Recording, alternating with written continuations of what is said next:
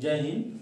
आज हम लोग संविधान के द्वारा अनुच्छेद 118 में के भाग 1 में वर्णित संसदीय समितियों के संदर्भ में अध्ययन करेंगे। जैसा कि आपको मालूम है कि संसद के द्वारा विधायी शक्तियों के निर्वहन के लिए कार्यपालिका के द्वारा जो कार्य किया जाता है उसके नियंत्रण के लिए विभिन्न समितियों का गठन किया जाता है। इसमें से 3 अति महत्वपूर्ण समितियां हैं: प्राक्कलन समिति, लोक लेखा समिति और लोक सरकारी उपक्रम समिति। इन्हें वित्तीय समितियां कहा जाता है या अस्थायी समितियां कहा जाता है, जिनका गठन प्रतिवर्ष किया जाता है और इनका कार्यकाल 1 वर्ष के लिए होता है।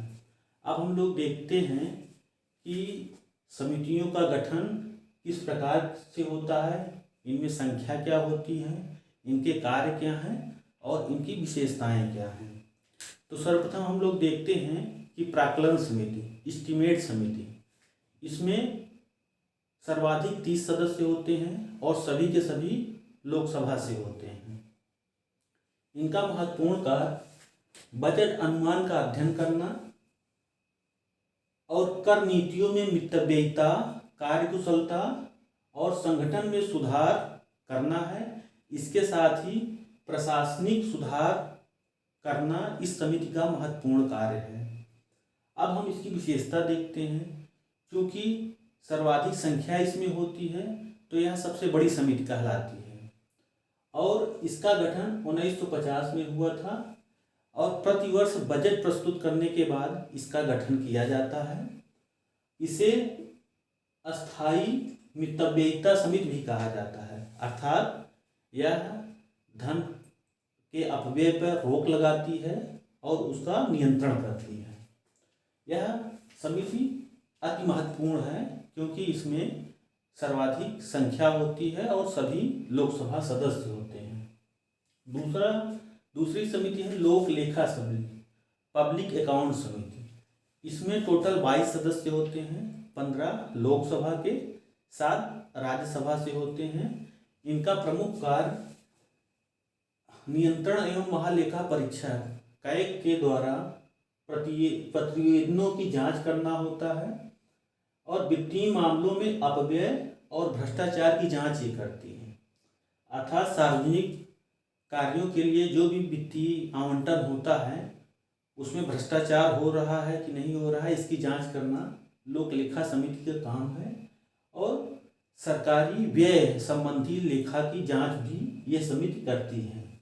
इसलिए यह वित्तीय क्षेत्र में अति महत्वपूर्ण समिति हो जाती है। इसकी विशेषता यह है कि यह सबसे महत्वपूर्ण एवं पुरानी समिति है। इसका सर्वप्रथम गठन 1921 में हुआ था, तब इसमें केवल 15 सदस्य होते थे। 1955 और 55 में इसका गठन हुआ तो इसमें 7 सदस्यों की संख्या, राज्यसभा के सदस्यों की संख्या बढ़ा दी गई। अर्थात गठन के समय इसमें केवल 15 सदस्य थे, अब वर्तमान में इसमें 22 सदस्य हो गए हैं। अब तीसरी समिति है सरकारी उपक्रम समिति। इसमें भी 22 सदस्य होते हैं, 15 लोकसभा के, 7 राज्यसभा के। इसका कार्य भारत के महालेखा एवं नियंत्रण परीक्षक के द्वारा सरकारी उपक्रमों के संबंध में प्रस्तुत प्रतिवेदनों की जांच करना, इसके साथ ही सरकारी उपक्रमों के प्रतिवेदनों और लेखाओं की जांच करना। जो सार्वजनिक संस्थाएं हैं उनके जो प्रतिवेदन हैं उसकी जांच करना लोक उपक्रम समिति का कार्य है। और इसकी विशेषता ये है कि ये अपनी रिपोर्ट लोकसभा अध्यक्ष को देते हैं। इसका गठन 1964 में हुआ था और इस समिति को लाने का श्रेय हमारे प्रथम लोकसभा अध्यक्ष जीवी मावलंकर महोदय को है। यह प्रश्न बहुत ही महत्वपूर्ण है, इसको आप लोग नोट डाउन करिएगा और पढ़िएगा। अब ये तो 3 महत्वपूर्ण समितियां हैं। इसके अलावा भी संसद में कई प्रकार की समितियां हैं, लेकिन उसमें से सबसे महत्वपूर्ण ये है। उसके बाद 2 समितियां हैं जो महत्वपूर्ण हैं, और इसके अलावा कई प्रकार की समितियां हैं, वो बहुत ज़्यादा महत्वपूर्ण नहीं है, लेकिन इसका अध्ययन हम लोग करते हैं। चौथा है विशेषाधिकार समिति, अर्थात संसद सदस्यों को जो विशेषाधिकार मिलता है उसके संदर्भ में जो समिति का गठन होता है उसे विशेषाधिकार समिति कहा जाता है। यह लोकसभा में 15 सदस्य होते हैं और राज्यसभा में 7 सदस्य होते हैं। ये दोनों सदन अपने अपने सदन में अपनी अपनी समिति का गठन करते हैं। इसका मुख्य कार्य ये है कि सदन और उसके सदस्यों के विशेषाधिकार जो हैं उनकी रक्षा करना है, अर्थात विशेषाधिकार का प्रयोग कौन सदस्य कर रहा है, कौन नहीं कर रहा है और क्यों नहीं कर रहा है, तो उसकी रक्षा करना इनका प्रमुख कार्य है। और यह समिति सदस्यों और सदनों के विशेषाधिकारों का जो उल्लंघन होता है उसकी जांच करती है। इसके बाद 5वां है अनुपस्थित सदस्यों से संबंधित समिति। यह बहुत महत्वपूर्ण है और कई बार परीक्षाओं में पूछा गया है। इसका वर्णन अनुच्छेद 101 के भाग 4 में किया गया है। इसमें 15 सदस्य लोकसभा से होते हैं, राज्यसभा स्वयं अपनी जांच करती है, इसमें कोई राज्यसभा में कोई समिति नहीं होती है।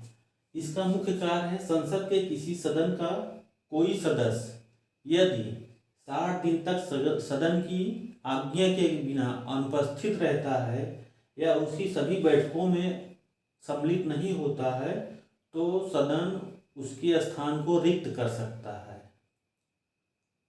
60 दिन तक अगर कोई भी सदस्य बिना सदन की अनुमति से सदन की कार्यवाही में भाग नहीं लेता है तो सदन का यह कार्य है कि उस सदस्य को वो सदन से अनुपस्थित कर सकता है। इसकी महत्वपूर्ण विशेषता ये है कि इसका गठन लोकसभा अध्यक्ष के द्वारा 1 वर्ष के लिए किया जाता है और राज्यसभा इस समिति का गठन नहीं करता है। अब इनसे संबंधित एक महत्वपूर्ण तथ्य ये है कि जितनी भी समितियां हैं उस समिति के सदस्य मंत्रिपरिषद के सदस्य नहीं होते, अर्थात कोई भी मंत्री इन समितियों का सदस्य नहीं हो सकता है। इस प्रकार हम लोग देखते हैं कि संसदीय समितियां किस प्रकार कार्य करती हैं, उनका गठन क्या होता है, उनकी विशेषताएं क्या होती हैं, और इसके बाद हम लोग अगले टॉपिक पर चर्चा करेंगे। धन्यवाद।